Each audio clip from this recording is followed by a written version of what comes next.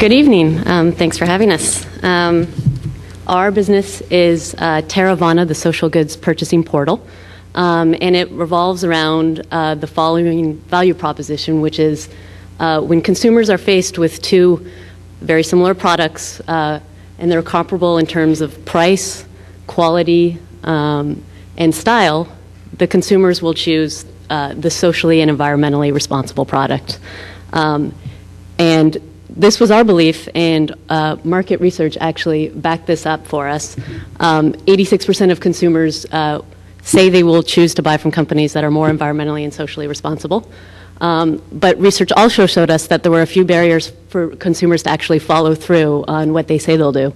And the first barrier is they have to do too much research to actually find these products. And the second barrier is that when they do actually find these products, they don't have the same selection that they would have had in the conventional marketplace. And that's where we come in.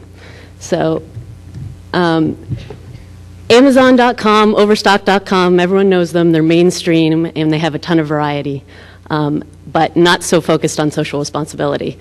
We have plenty of socially responsible players, such as World of Good and Ecomall, but they're much more niche both in terms of who they're trying to reach and what they offer on their sites. So we're really trying to do it all by being the big box social responsibility e-tailer. And I'll pass it on to Adam for the next. So by going big like this, we'll be able to capture both the enthusiasts and the mainstream consumers who will be surprised to find our selection of affordable and high-quality goods that also meet green as social criteria that comes from that small voice on their shoulder all the time. Upstream, suppliers who tend to be medium to small in terms of social goods will find a consolidated marketplace and opportunities to ramp up in terms of economies of scale.